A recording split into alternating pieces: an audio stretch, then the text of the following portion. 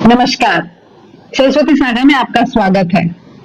H1B visa एक हुड़दंग मचा हुआ है चारों तरफ। अमेरिका कंफ्यूज तो साथ ही पूरी दुनिया कंफ्यूज। एक तरफ एलन मस्क, सत्य नडेला, सुंदर पिचाई और ऐसे कई नाम। ये देन है H1B वीजा की यूएस को। और दूसरी तरफ व्हाइट हाउस का कहना है कि कई हजारों अमेरिकन नागरिकों की नौकरियां चली गई इस H1B वीजा की वजह से। उलझन है, लेकिन हर उलझन के बाद एक नई राह निकल कर आती है।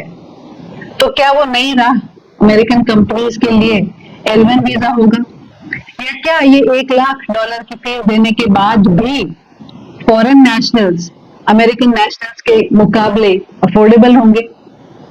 क्या ये एक मौका है हमारे देश के लिए, ब्रेन ड्रेन जो हम कहते हैं, हमारे जो होशियार बच्चे हैं उन्हें एक प्लेटफॉर्म देने का कि वो हमारे देश के लिए काम कर सके जो वो यूएस में जाकर करते हैं? आइए चर्चा करते हैं। सबसे पहले संक्षेप में समझते हैं यूएस की वीजा प्रणाली। यूएस में दो तरह के वीजा होते हैं, इमिग्रेंट और नॉन इमिग्रेंट वीजा। आज बात नॉन इमिग्रेंट वीजाज की। उसमें 4 कैटेगरीज है। पहली B1 B2 जो हम घूमने जाते हैं या बिजनेस के लिए जाते हैं छोटे ड्यूरेशन के लिए, तब मिलता है B1 B2। दूसरा है F1 कैटेगरी जो स्टूडेंट्स को, विद्यार्थियों को दिया जाता है जो पढ़ाई करने यूएस जाते हैं। तीसरा है H1B वीजा जो नौकरियों के लिए है। और चौथा है L1 वीजा जो कि इंट्रा कंपनी है। अगर एक कंपनी की ऑफिस 2 देशों में है तो एक ऑफिस से दूसरी ऑफिस, यूएस की ऑफिस बुलाने के लिए उन्हें L1 वीजा लेना पड़ता है। आज बात हो रही है H1B वीजा की। H1B वीजा उन लोगों के लिए है जो कुछ क्षेत्र है यूएस में, वहां पे नौकरी के लिए बुलाए जाते हैं, कंपनीज द्वारा स्पॉन्सर करके बुलाया जाता है, और ज्यादातर आईटी सेक्टर में बुलाए जाते हैं। और इंडिया से तो ज्यादातर सॉफ्टवेयर इंजीनियर्स ही बुलाए जाते हैं। ये जो H1B वीजा होता है उसका समय 3 साल का होता है और उसके बाद 3 साल और रिन्यूअल मिल जाता है। उसके बाद अगर उन्होंने सिटीजनशिप के लिए अप्लाई किया हुआ है और एप्लीकेशन अप्रूव हो गई है तो साल भर का और एक एक्सटेंशन मिलता है, वरना 6 साल का काल इस H1B वीजा का रहता है। यूएस गवर्नमेंट ने हाल ही में, हम जानते हैं कि $1 लाख की फीस लगाई है इस H1B वीजा पे। पहले तो एनुअली अनाउंस किया था, लेकिन उसके बाद कहा कि ये वन टाइम फीस रहेगी। तो इससे दुविधा में आ गई है कई टेक कंपनीज। एक जो चर्चा चल रही है कि क्या ये कंपनीज, ये बड़ी बड़ी टेक फर्म्स हैं, ये L1 वीजा का रास्ता अपनाएंगे। L1 वीजा होता है इंट्रा कंपनी, और ये जो बड़ी बड़ी यूएस की टेक कंपनीज हैं उनकी ऑफिसेज कई देशों में होती ही हैं। तो जब एक ऑफिस से, बाहर के ऑफिस से यूएस ऑफिस को किसी एम्प्लॉय को बुलाना हो तो L1 वीजा के थ्रू आते हैं। लेकिन L1 वीजा के कई रूल्स हैं कि जो फॉरेन कंट्री की ऑफिस है यूएस के लिए, उसमें उस एम्प्लॉय ने 1 साल तक काम किया होना चाहिए। और L1 की स्क्रूटिनी भी बहुत ही सख्त करती है यूएस गवर्नमेंट। और हिस्ट्री में जब जब H1B वीजा की फीस बढ़ी है तब तब L1 पे भी शिकंजा कसा ही है। तो आने वाले दिनों में ये क्लियर होगा कि क्या L1 नया मार्ग होगा यूएस कंपनीज के लिए। दूसरा एक मेरा पॉइंट ऑफ व्यू जो है कि $1 लाख की इन्होंने फीस डाली है, और कई कंपनीज के स्टेटमेंट्स आए हैं यूएस कंपनीज के कि ये जो $1 लाख है वो तो हमारे जो फॉरेन के एम्प्लॉइज हैं उनकी एनुअल सैलरी से भी ज्यादा है। तो इससे ये क्लियर है कि उनकी एनुअल सैलरी $1 लाख से कम है।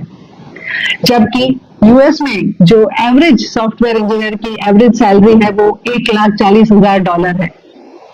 और ये जो फीस डाली गई है $1 लाख, उसको अगर आप 6 साल में डिवाइड करें जो कि H1B वीजा की एक ड्यूरेशन है, तो करीब $16,500 सालाना आती है। वो अगर फॉरेन एम्प्लॉय के एनुअल सैलरी में जोड़ भी दिया जाए तब भी जो यूएस सिटीजन सैलरी उठाता है उससे कहीं कम सैलरी एक फॉरेन नेशनल उठाएगा यूएस कंपनी से। तो ये भी एक लॉन्ग टर्म कैलकुलेशन कंपनीज की जरूर रहेगी, ऐसा मुझे लगता है। United states citizenship and immigration service USCIS के हिसाब से पिछले साल करीब 7,80,000 जैसी एप्लीकेशन आई थी, उसमें से 1,88,000 को उन्होंने मंजूरी दी। FWD.US, मार्क जकरबर्ग का एक ऑर्गेनाइजेशन है, उसकी रिपोर्ट के हिसाब से टोटल जो H1B वीजा पे आए हुए लोग हैं यूएस में, उनकी संख्या करीब 7,30,000 है। और उनके जो डिपेंडेंट्स होते हैं, उनकी वाइफ्स, उनके बच्चे, उनकी संख्या करीब 5,50,000 है।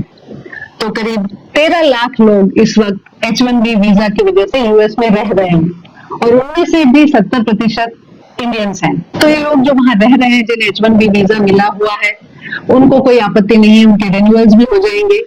ये जो $1 लाख की नई फीस लगाई गई है, वो नए एप्लीकेशंस के लिए होगी और उसमें से 1,88,000 लोगों को ये वीजा मिला। उसमें से भी 70% इंडियंस होता है, तो करीब 1.25 लाख लोग या 1,30,000 एवरेज लोग इंडिया से हर साल ये वीजा इनको मिलता है, उनकी हम बात कर रहे हैं। यूएस की जो पॉपुलेशन है वो 34 करोड़ है, इंडिया की तो पॉपुलेशन 1,40,00,000 करोड़ है ही। तो H1B वीजा के लिए जो लोग लाइन में लगते हैं, उनकी संख्या कितनी छोटी है, लेकिन हंगामा बहुत बड़ा है। व्हाइट हाउस ने कुछ आंकड़े दिए हैं अपनी स्टेटमेंट में। उन्होंने कुछ कंपनीज के बारे में भी बताया है जिन्होंने यूएस सिटीजन्स को जॉब से निकाला और H1B पे लोगों को जॉब पे बुलाया। कंपनीज का उन्होंने नाम नहीं लिया है, लेकिन कहा है कि एक कंपनी ने करीब 5100 H1B वर्कर्स को बुलाया, वहीं 16,000 यूएस सिटीजन्स को जॉब से निकाला। दूसरी कंपनी ने करीब 1700 H1B वीजा अनाउंस किए, लेकिन वहीं पे 2400 यूएस सिटीजन्स को जॉब से निकाला। तीसरी कंपनी ने करीब 27,000 यूएस सिटीजन्स को जॉब से निकाला और 25,000 H1B वीजा वालों को अप्रूव किया। तो जो मागा की टीम है वो पूरी खड़ी हो गई इस H1B वीजा के खिलाफ। हाल ही में जिनकी मृत्यु हो गई, कर्क, वो भी बहुत ही वोकल थे इस सब्जेक्ट को लेके। वो इंडियंस के खिलाफ तो खास बोलते थे कि अब बस बहुत हो गया, उन्होंने हमारी बहुत जॉब्स ले ली। उनके जो कॉमर्स सेक्रेटरी हैं युथनिक, उन्होंने भी इसका एजेंडा उठाया, जबकि वो जिस कंपनी के फॉर्मर सीईओ है कार्ल्टन फिट्जजेराल्ड, एक फाइनेंशियल फर्म थी, उसमें उन्होंने कई लोगों को इंडिया से बुलाया था H1B वीजा पे। तो यूएस में एक दुविधा है, लेकिन ये भी एक हकीकत है कि यूएस सिटीजन्स का जो काम करने का तरीका है वो इतना सरल नहीं है जितना बाहर के देशों के जो लोग जाते हैं उनका होता है। और यूएस के सिटीजन्स तो खुद कई सेक्टर्स में कहते हैं कि बाहर से लोग बुलाओ, ये काम हमसे नहीं होगा। उनकी जो सैलरी की एक्सपेक्टेशंस होती है, उनकी जो रेजेस की एक्सपेक्टेशंस होती है, उनकी जो सुविधाओं की एक्सपेक्टेशंस होती है, वो इन फॉरेन से आए हुए लोगों से कहीं ज्यादा होती है।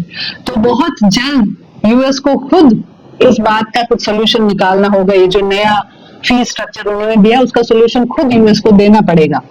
तो ये बात हुई अमेरिका की। भारत में भी एक पैनिक है, लेकिन भारत 1,40,00,000 करोड़ लोगों का देश है। उसमें से जो हमारे बहुत क्रीम जो स्टूडेंट्स होते हैं उसे यूएस लेकर चला जाता है, जो हम काफी सालों से ये चर्चा कर रहे हैं ब्रेन ड्रेन की। तो क्या ये एक अपॉर्चुनिटी है हमारे लिए कि हम भी यहाँ पे ऐसी कंपनीज खड़ी करें जहाँ पे ये जो बच्चे हैं इनके दिमागों का हम भी उपयोग कर सके। आज हमारे देश की विषमता ये है कि हमारे यहाँ के जो कॉन्ग्लोमरेट्स हैं, अडानी हो या रिलायंस हो, उसी के पीछे अपोजिशन हाथ धो के पड़ जाती है। प्रॉब्लम्स हर कॉर्पोरेट में होता ही है, इश्यूज होते हैं और उन इश्यूज को हमें टारगेट भी करना चाहिए, लेकिन पूरी की पूरी कॉन्ग्लोमरेट को ही आप टारगेट करो तो फिर देश में प्रगति कैसे आएगी। ये जो बच्चे हैं जो इतने टैलेंटेड है, इतने इंटेलिजेंट है, उन्हें प्लेटफॉर्म देने के लिए ऐसे बड़े बड़े कॉर्पोरेट्स इस देश में हमें चाहिए, तभी हम इसे रोक पाएंगे। ये जो पैनिक क्रिएट हुआ है वो दोबारा नहीं होगा। अपना देश अगर इस टैलेंट को जस्टिफाई कर सके, उन्हें एक प्लेटफॉर्म दे सके, तो किसी दूसरे देश जाने की उन्हें जरूरत ही नहीं है। तो हर विपदा अपने साथ आशा की एक किरण लेकर आती है और हमारे लिए तो आशा की किरण यही है कि हमारे ये जो सुपर इंटेलिजेंट बच्चे हैं, जो गुणी बच्चे हैं, वो इस वजह से हमारे देश में रहकर हमारे देश का ही भला करेंगे। नमस्कार, जय हिंद।